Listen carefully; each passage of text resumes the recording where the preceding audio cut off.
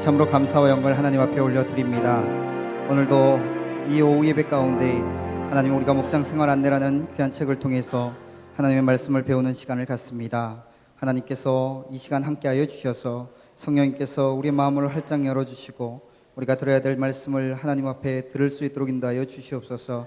또한 듣고 깨닫는 것에 그치는 것이 아니라 우리가 하나님의 말씀을 붙잡고 기도하며 순종하는 데까지 나아갈 수 있는 저희 모든 성도들 되어지게 하여 주시옵소서. 감사와 영광을 주님 앞에 돌려오며 살아계신 예수님의 이름으로 간절히 기도하였습니다. 아멘. 반갑습니다.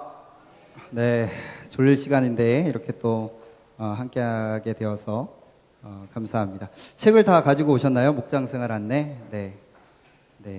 제 3과 목장사역의 외향적 특성을 오늘 공부하도록 하겠습니다. 공부하기 전에 제가 설문조사를 좀 하나 했으면 좋겠는데요. 참여해 주시면 감사하겠습니다.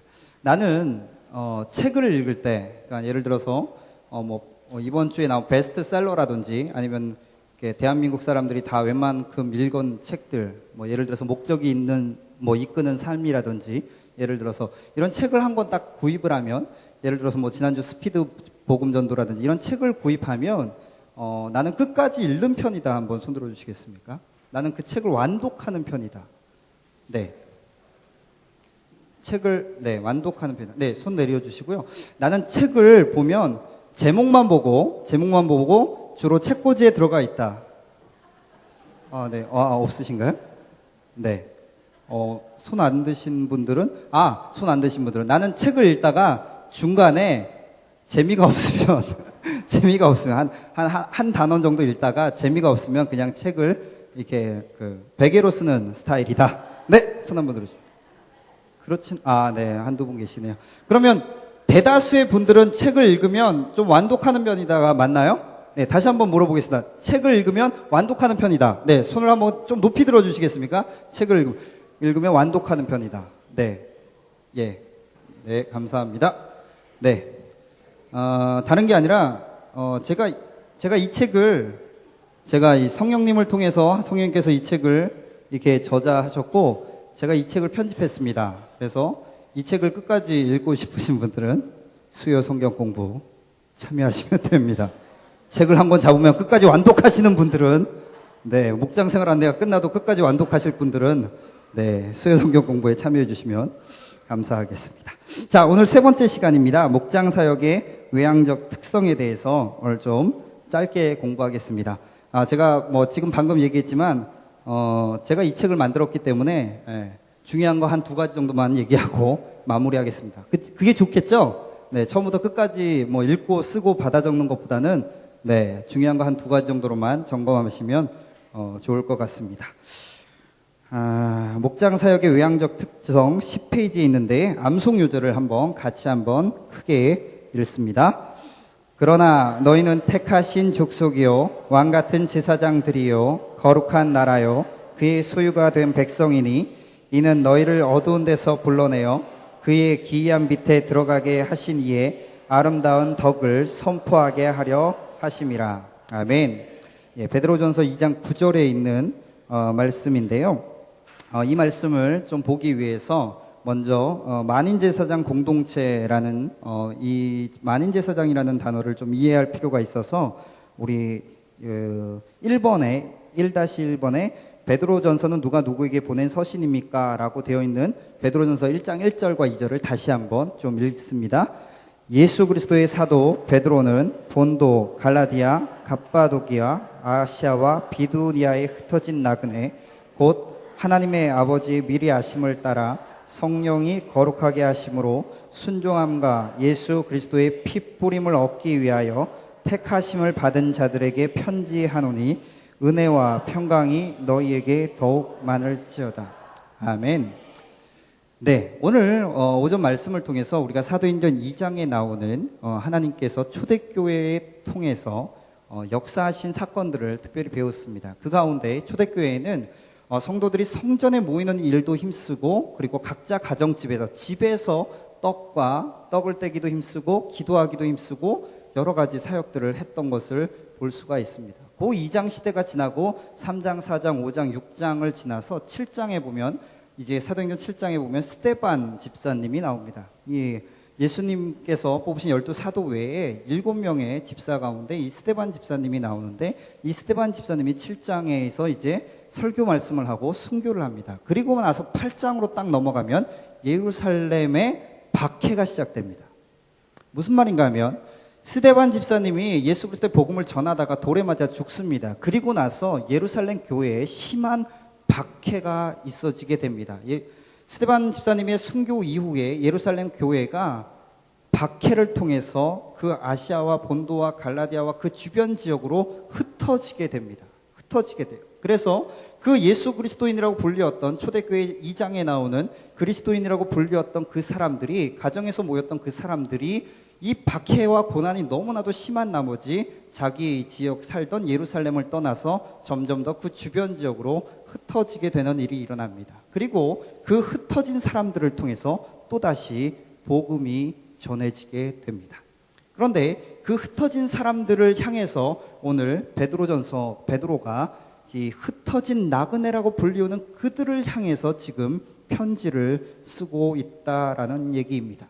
자, 베드로전서 1장 1절에 보면 예수 그리스도의 사도 베드로는 본도, 갈라디아, 갑바도니아, 아시아와 비두니아의 흩어진 나그네에게 지금 편지를 쓰는데, 그 사람들이 어떤 사람이냐면 곧 하나님 아버지 미리하심을 따라 성령이 거룩하게 하심으로 순종함과 예수 그리스도의 피뿌림을 얻게 하여 택하심을 받은 사람들이다라고 정의를 내리고 있습니다. 지금 이 초대교회 시대에 그 그리스도인들이 지금 다 흩어졌는데, 그 사람들은 어떤 사람입니까? 예수님으로 말미암아 예수 그리스도를 믿고 구원받은, 즉 하늘나라 백성으로 약속된 사람들에게 지금 베드로가 편지를 하고 있다라고 얘기합니다. 그리고 나서 그 사람들을 어떻게 명명하고 있습니까? 오늘 방금 전에 읽은 암송 요절을 다시 한번, 2장 9절을 다시 한번 읽습니다. 그러나 너희는 택하신 족속이요 왕같은 제사장들이요 거룩한 나라요 그의 소유가 된 백성이니,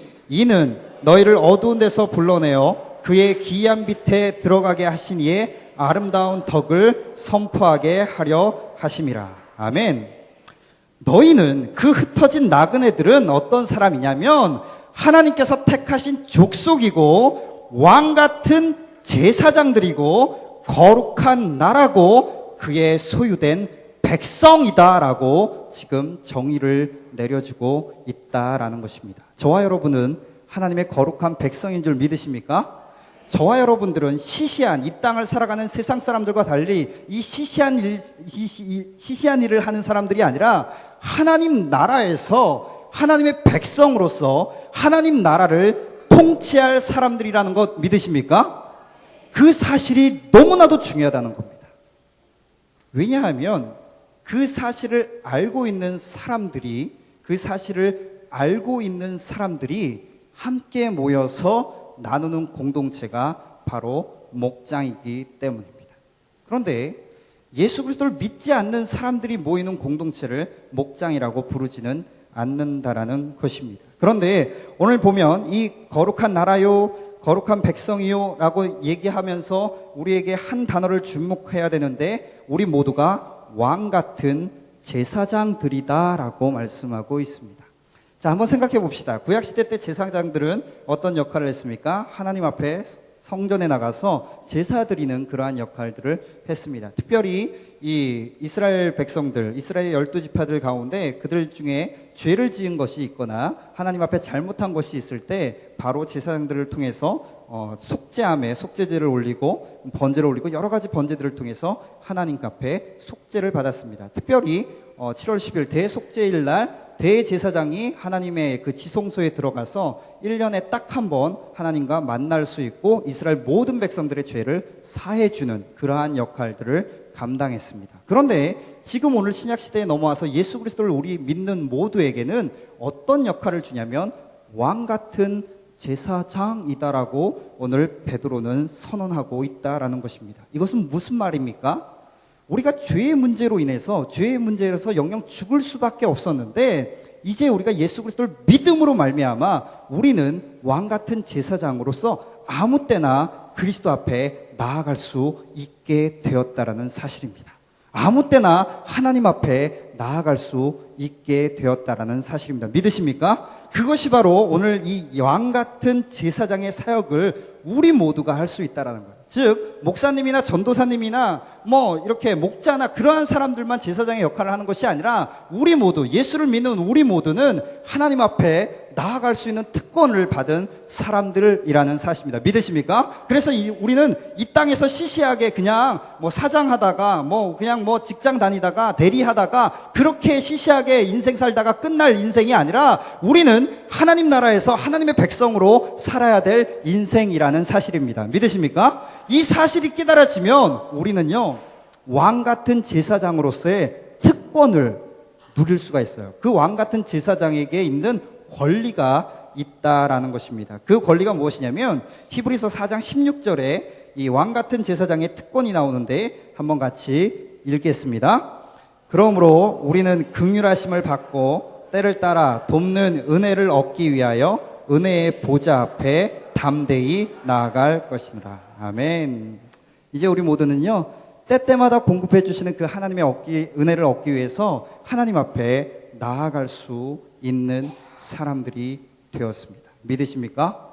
이 사실이 왜 이렇게 중요하냐면 제가 조금 있다가 이 목장에 대해서 조금 더 깊이 설명하는데 이 사실이 먼저 전제돼야지만 우리가 목장을 조금 더 쉽게 이해할 수 있기 때문입니다. 왜냐하면 목장은 믿는 사람들의 공동체이기 때문입니다. 예수를 믿지 않는 사람들의 공동체를 목장이라고 하지 않습니다. 예수를 믿지 않는 사람들을 하나님의 가족이라고 부르지 않습니다. 그렇기 때문에 이 사실, 여러분들이 예수를 믿고 나서 왕 같은 제사장으로서 하나님 앞에 아무 때나 나아갈 수 있는 이 사실을 먼저 깨달아져야지, 그리고 믿어져야지만 우리가 목장 공동체에 들어갈 수 있기 때문입니다. 자, 우리 사도행전 8장을 한번 찾겠습니다.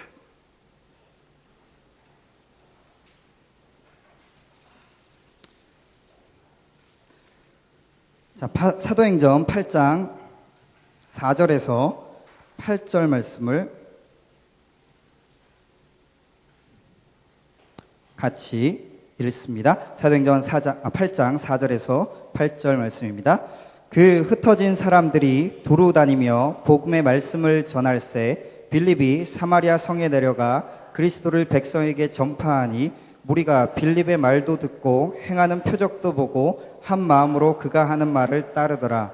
많은 사람에게 붙었던 더러운 귀신들이 크게 소리를 지르며 나가고 또 많은 중풍병자와 못 걷는 사람이 나으니 그 성에 큰 기쁨이 있더라.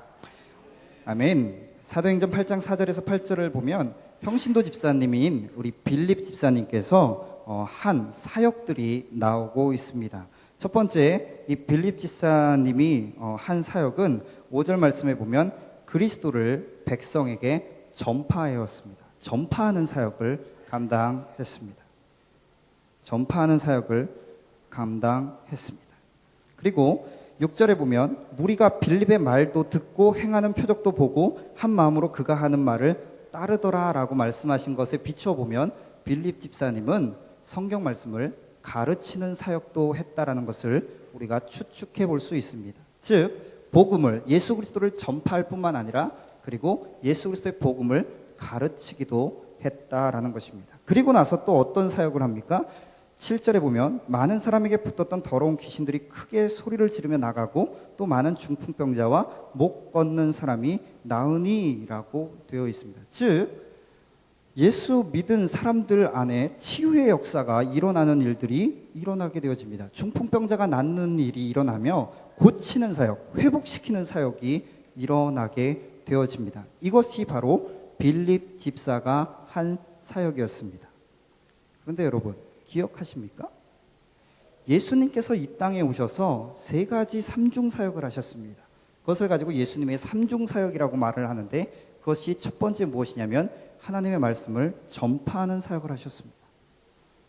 두 번째, 이 땅에 오셔서 제자들을 통해서 그리고 많은 여러 회당을 돌아다니면서 예수님께서 하신 두 번째 사역은 가르치는 사역을 하셨습니다.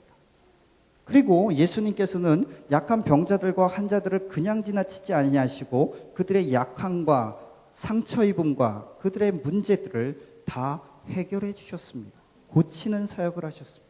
이것을 가지고 우리는 복음서에 나와 있는 예수님의 삼중 사역이라고 부릅니다. 그런데 그 예수님의 삼중 사역을 지금 평신도 집사인 빌립이 감당하고 있더라는 겁니다. 사랑하는 성도 여러분, 목사나 전도사나 여러분들의 어떤 특별히 이 목사님 같이 하나님의 종만이 이런 사역들을 감당하는 게 아니라는 것을 오늘 성경은 우리에게 알려주고 있습니다. 여러분들이 집사님이든 아니 성도님이든 간에 이 사역을 할 수 있다라는 것입니다. 믿으십니까? 이 사역이 우리가 예수를 믿을 때 아까 얘기했죠. 왕 같은 제사장으로서 하나님 나라에 선택받은 백성이 되어지면 우리는 빌립 집사와 같은 이러한 사역들을 감당해야 되는 것입니다. 믿으십니까? 이게 안 되면 우리가 예수 그리스도를 믿는 사람들이라고 불릴 필요가 없다는 것. 즉 예수님께서 하신 이 세 가지 삼중 사역이 오늘 빌립 집사님을 통해서 그 사마리아 성에 나타날 때 8장 8절에 뭐라고 얘기합니까? 그 성에 큰 기쁨이 있더라라고 말씀합니다. 즉 여러분과 저는 이 사역들을 감당해야 합니다. 가르치고 전하고 고치는 이 사역들을 여러분과 저는 감당해야 될 사람들이라는 것입니다. 이러한 사람들이 모인 공동체가 바로 어떤 공동체예요? 목장이에요. 자, 그럼 한번 생각해 봅시다. 이러한 사람들이 모였어요. 말씀을 가르치는 사람, 말씀을 전하는 사람, 그리고 병을 고치는 사람, 이러한 여러 가지 각자의 사역들을 가진 사람들이 모여서 목장을 이룹니다. 그 공동체 소그룹을 이루어요. 그러면 그 소그룹이 오늘 8절 말씀처럼 그 소그룹 안에 큰 기쁨이 있을까요? 아니면 불평과 원망과 실망감이 있을까요? 어떤 게 있을까요?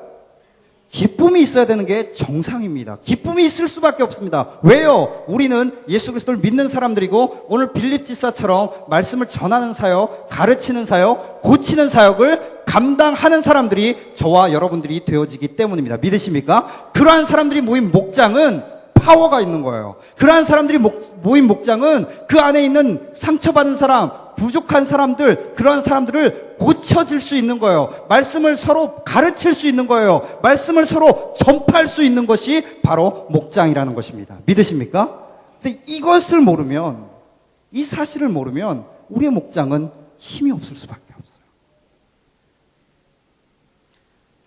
그래서 우리는 이 목장 안에서 무엇인가를 하기 위해서, 사역을 감당하기 위해서 먼저 우리가 왕 같은 제사장이다라는 사실을 반드시 알아야 합니다. 여러분들의 목장이 어떤 파워가 있어야 되는지를 예를 들어서 하나 설명하도록 하죠. 제가 키가 크지 않습니까? 얼굴도 잘생기고 우윳빛 피부 아시죠? 네, 너무 좋아하시네. 저 사실인 줄 알고 믿음으로 받아들이겠습니다. 2004년도에 제가 농구를 좋아하는데요. 2004년도에 NBA라는 미국 프로농구 리그죠. NBA에서 이 동부지구 우승팀인 레이커스와 이 서부지구 우승팀인 서부지구가 LA 레이커스네요. 동부지구 우승팀인 디트로이트하고 결승전에서 맞붙게 되었습니다. 2004년도 NBA 결승전. 그런데 많은 전문가들이 당연히 LA 레이커스가 이길 것이라고 생각을 했습니다. 농구는 몇 명이 하는 경기죠?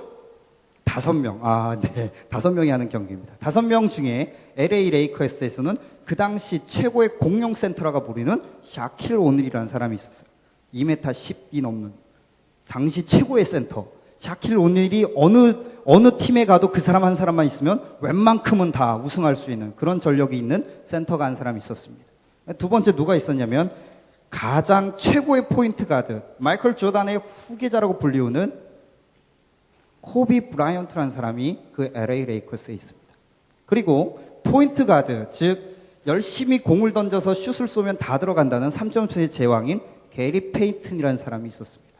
그리고 마지막 우편배달부라고 불리우는 역사상 NBA에서 득점 2위를 달리고 있는 칼 말론이라는 사람이 있었습니다. 5명 중에 4명이 어느 지역에 가도 한 팀을 대표할 만한 슈퍼스타 4명이 LA 레이커스에 있었어요. 당연히 전문가들은 5명 중에 4명이 슈퍼스타인 이 LA 레이커스가 디트로이트를 당연히 박살을 낼 거라고 예상을 했습니다. 저도 그렇게 예상을 했어요. 왜냐하면 디트로이트에는 그 당시 2004년 당시 이름을 알만한 사람이 아무도 없었기 때문입니다. 농구를 좀 한다는 사람이 들어본 적이 없는 그러한 무명의 선수들만 있었기 때문입니다. 그런데 전문가의 예상을 깨고 5명 중에 4명의 슈퍼스타가 있는 LA 레이커스가 디트로이트에게 박살이 납니다. 박살이 나서 그 4명의 슈퍼스타가 있었던 그 LA 레이커스가 우승을 하지 못해요. 그래서 우승을 하지 못한 후에 이런 얘기를 그 사람들이 합니다.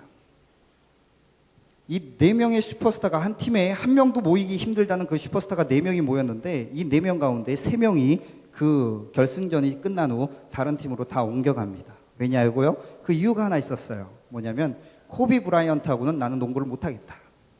그 사람이 너무나도 독점을 하고 너무나도 자기 위주의 경기를 하니까 나는 그 사람하고는 도저히 못하겠다라고 이야기를 합니다. 그래서 그때 당시 깨졌죠. 코비하고 샤키 오닐의 이렇게 수많은 대립들이 아마 신문에도 나고 막 그랬었는데 그때 이 슈퍼스타 팀이 깨져버립니다. 1년도 채 안 가서 그냥 깨져버립니다. 그런데 이 디트로이트 무명의 이 선수들이 모인 팀은 그 다음 해에도 결승전에 또 올라갑니다. 2년 연속 우승을 하지 못해요. 두 번째 해는 준우승을 하지만 그 사실을 보면서 제가 깨달은 게 있습니다. 아무리 각 사람이 슈퍼스타라 할지라도 팀으로 잘 엮여지지 않으면 무명의 팀한테 깨질 수가 있다라는 사실입니다. 아무리 목원들이 권사님이 있고 장로님이 있고 막 슈퍼스타인 이렇게 괜찮은 사람들이 모인다 하더라도 그 목장이 하나의 팀으로 제대로 뭉쳐지지 않으면 그 목장은 1년만 지나봐라. 내가 다음에는 목장을 옮기리라. 가 되어질 수 있습니다. 그렇지만 한 명 한 명의 목원들이 별다를 게 없어 보이는 그러한 지체들이라 할지라도 그 사람들 간에 나는 말씀을 가르치는 사역, 나는 말씀을 전하는 사역, 나는 병을 고치는 사역, 나는 내가 가지고 있는 찬양 잘하는 사역, 여러 가지 은사들이 한데 모아지면 그 목장은 엄청난 슈퍼팀이 되어질 수 있다는 것입니다. 그러면 그 목장은 점점 더 성장하고 분가하고 또 성장하고 또 성장할 수밖에 없다라는 것입니다. 혹시 여러분들의 목장은 어떻습니까? 지금 여러분들이 속해 있는 목장은 혹시 몇 명의 한두 명의 슈퍼스타와 같은 그러한 사람들로 이끌어가는 그러한 목장입니까? 아니면 각 개인이 너무나도 많은 달란트를 가지고 하나님 앞에 촘촘하지만 알뜰하지만 살뜰하지만 하나님 앞에 점진적으로 성장하는 목장입니까? 제가 바라기는 우리 모든 함께하는 교회 목장들은 슈퍼스타가 많은 게 아니라 슈퍼팀이 많아지기를 간절히 부탁드리겠습니다. 그럴 때 우리 목장은 성장할 수가 있는 거예요. 어떻게 해요? 예수님의 삼중 사역, 가르치는 사역, 전파하는 사역, 고치는 사역, 이러한 것들을 다 할 수 있는 여러분들이 모여 있기 때문에 그 목장은 성장하게 되어 있습니다. 만약에 성장하지 않는다라면 혹시 그 안에 슈퍼스타가 한 사람 껴있지 않는지 한번 곰곰이 생각해 봐야 될 것입니다. 넘어가시죠. 참고로 되어 있는 목장에서 하는 사역들, 특별히 찬양 담당, 중보기도 담당, 새가족 담당 여러 가지 담당들이 있는데 이것은 아마 여러분들 읽어보시면 여러분들 각자에 맡은 달란트를 가지고 섬기시면 된다라는 것을 배울 수 있을 것입니다. 두 번째, 가장 중요한 이야기를 지금부터 하려고 합니다. 전도지향적 공동체라고 되어 있는데 목장 사역에서 가장 자주 사용하는 말 중에 하나가 바로 오이코스라는 단어입니다. 오이코스. 자, 1-1번에 보면 에베소서 2장 19절이 나와 있는데요. 그 에베소서 2장 19절을 같이 한번 읽습니다.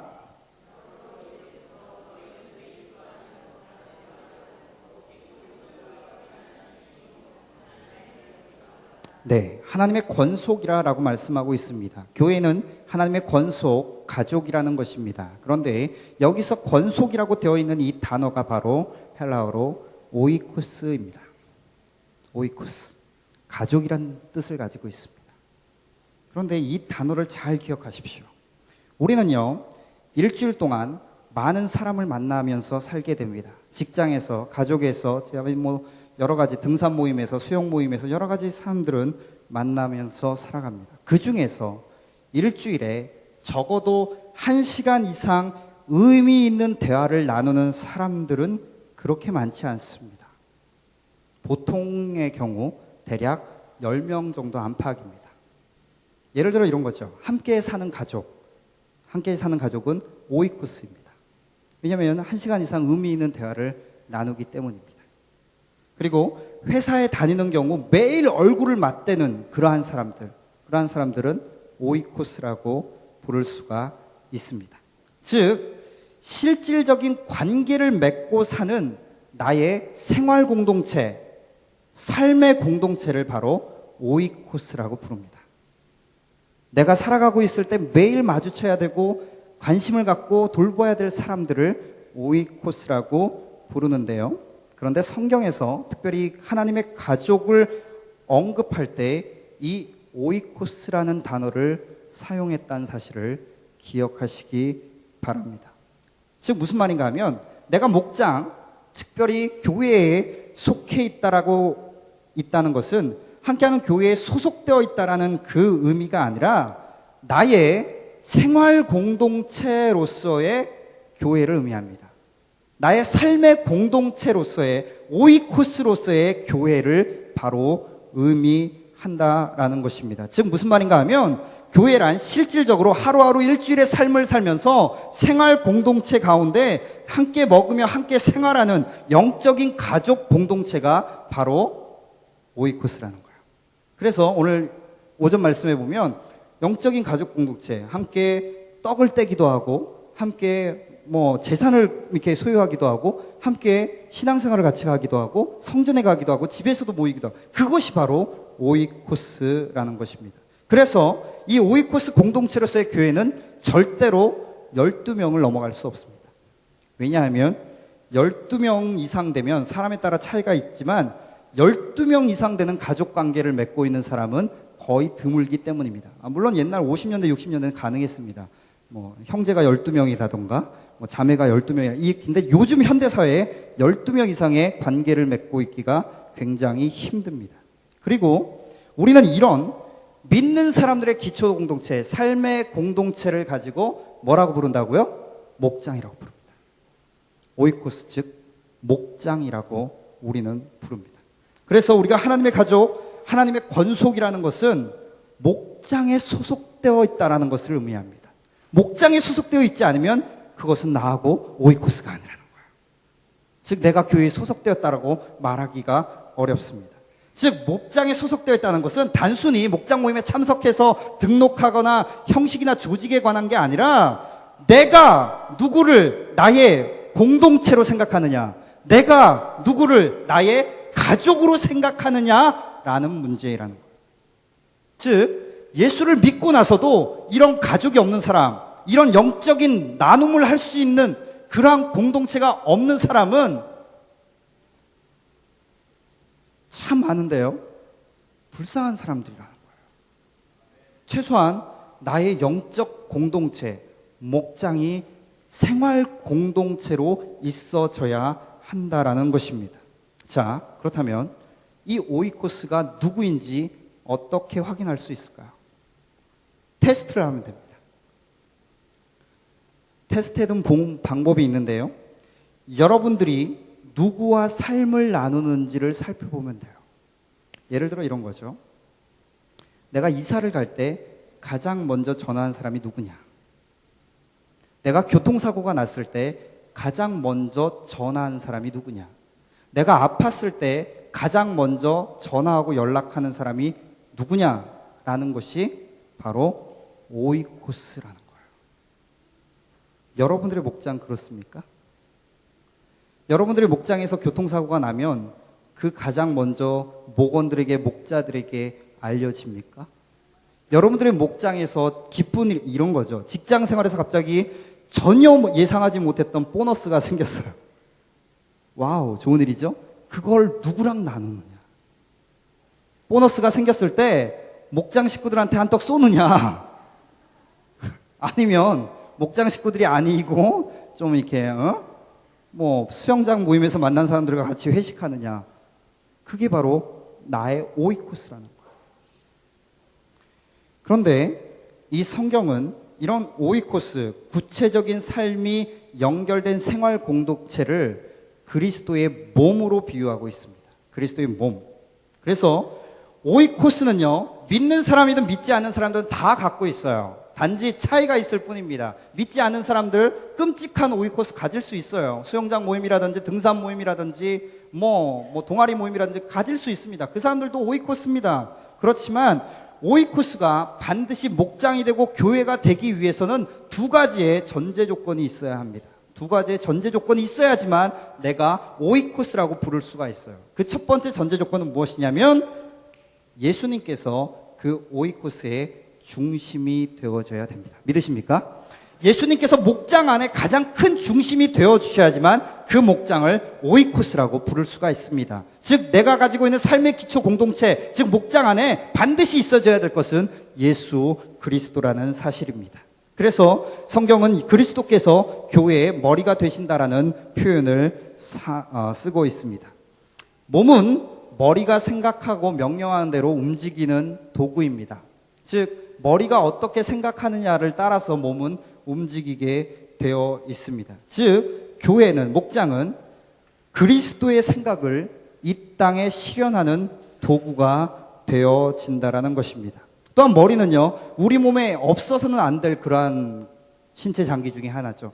손이 없고 팔이 없어도 뭐 살아갈 수 있지만 머리가 없으면 죽을 수밖에 없기 때문입니다. 마찬가지로 손 없는 교회, 눈 없는 교회, 좀 부족하지만 교회라는 거예요. 그렇지만 그리스도가 없는 교회는 교회가 아니라는 거죠. 이 사실을 반드시 기억하십시오.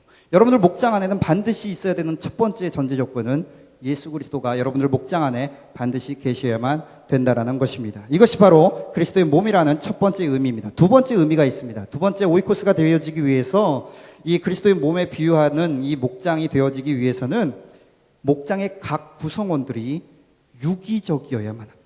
유기적. 자, 골로새서 2장 19절을 한번 좀 찾아볼까요? 네, 이것만 읽고 마치겠습니다.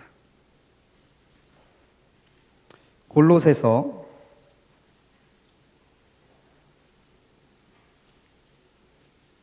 2장입니다. 2장 19절. 골로새서 2장 19절 같이 읽습니다. 머리를 붙들지 아니하는지라 온 몸이 머리로 말미암아 마디와 힘줄로 공급함을 받고 연합하여 하나님이 자라게 하심으로 자라느니라. 유기적이란 말은 이런 뜻이에요. 사람의 몸은 여러 가지 지체들로 구성되어 있습니다. 손, 발, 다리, 옆구리, 손가락, 발가락, 눈, 귀. 그런데 이런 장기들만 함께 모여 있다고 해서 몸이 되어지는 것이 아니라는 겁니다. 그냥 그 장기들만 있으면 장기 저장소이죠. 몸은 되지 않습니다. 그런데 이 것들이 몸이 되어지기 위해서는 이 장기들이, 손가락과 발가락, 이 모든 것들이 서로 연결되어야 됩니다. 그런데 그 연결시키는 것을 골로새서 2장 19절은 뭐라고 얘기합니까? 힘줄이라고 연결되어야 된다고, 힘줄로 연결되어져야 된다라고 말씀하고 있습니다. 즉 무슨 말인가 하면 각 장기들은 자신의 역할을, 눈의 역할을 충분히 하고 귀의 역할을 충분히 해야 할 뿐만 아니라 다른 장기들의 필요에 대해서 유기적으로 관계를 맺고 반응해야 한다라는 사실입니다. 예를 들어 이런 거죠. 눈에 벌레가 딱 들어가려고 하는데 눈에 벌레가 들어가는 것을 보고 눈꺼풀이 나하고는 전혀 상관없어, 눈에 지금 들어가려고 하는 거잖아 라고 눈꺼풀이 눈을 보호하지 않으면 눈은 실명되고 맙니다. 그러면 그 실명된 눈으로는 눈꺼풀에게도 결코 유익이 되지 않습니다. 왜냐하면 실명된 눈을 가지고 눈꺼풀이 할 일이 없기 때문이죠. 마찬가지로 각 몸이 유기적으로 연결되어 있다는 것은 각 목장에서 목원들이 정말 예수 그리스도 안에서 하나하나씩 잘 연결되어졌다는 것을 이야기합니다. 서로의 기도 제목을 나누고 서로가 서로를 위해서 기도하고 도와주고 서로 나눌 수 있는 그 관계를 바로 오이코스라고 얘기하는 겁니다. 그런데 이 그리스도의 몸이 되어지기 위해서 어떻게 해야 된다고요? 유기적으로 관계를 맺고 있어야 한다는 것입니다. 이 관계가 맺어지지 않으면 그것을 목장이라고 부를 수가 없다는 거예요. 즉 눈이 벌에 쏘일 때 눈꺼풀이 눈을 대신해서 막아주고 벌에 대신 쏘여서 눈탱이가 밤탱이가 되는 한이 있어도 그렇게 해주는 것이 바로 사랑이라는 것입니다. 이것이 있어야지 목장이 유지되는 것과 마찬가지라는 것입니다. 그러므로 그리스도인 이 몸인 교회에서 지체들을 유기적으로 연결시켜주는 영적인 신경은 바로 사랑입니다. 사랑. 믿으십니까? 사랑이요, 성도들의 오이코스 공동체, 이 목장 공동체를 그리스도의 몸으로 만드는 가장 살아있는 유기체로 만드는 영적 신경이기 때문입니다. 그래서요, 눈꺼풀은 눈을 정말 사랑하죠. 정말 놀라운 것은 벌에게 통통 쏘여서 퉁퉁 부은 그 눈꺼풀이 한 번 당했으니까 다음에 또 벌이 날라오면 나는 절대 안 당한다 라고 하지 않고 다음에 또 벌이 날라와도 눈꺼풀은 눈을 위해서 또 퉁퉁 부어지는 것이 바로 사랑입니다. 세 번째 공격을 해도 벌떼가 와도 눈을 보호하는 것이 바로 눈꺼풀의 사랑입니다. 믿으십니까? 예수님의 말씀이 떨어오지 않습니까? 몇 번씩 우리가 형제를 용서해야 될까요? 70번씩, 7번이라도 용서해. 눈꺼풀은 계속 막아주는 거예요. 자, 여러분도 목장 안에서 눈꺼풀이 좀 되십시오. 눈꺼풀이. 대부분의 목장의 목원들은 자기 자신이 내 이야기를 좀 들어줄 사람을 찾습니다. 내 이야기를 좀 듣고 박수를 쳐주는 사람. 이 사람들이 대부분 목자의 역할을 감당하고 있는 우리 목자님들인데 대부분 그래요. 자기 얘기를 좀 들어줄 수 있는 사람, 자기를 좀 사랑해 줄 수 있는 사람, 나를 좀 재밌게 해줄 수 있는 사람, 나를 좀 기쁘게 해줄 수 있는 사람, 그러한 사람들을 목원들은 찾습니다.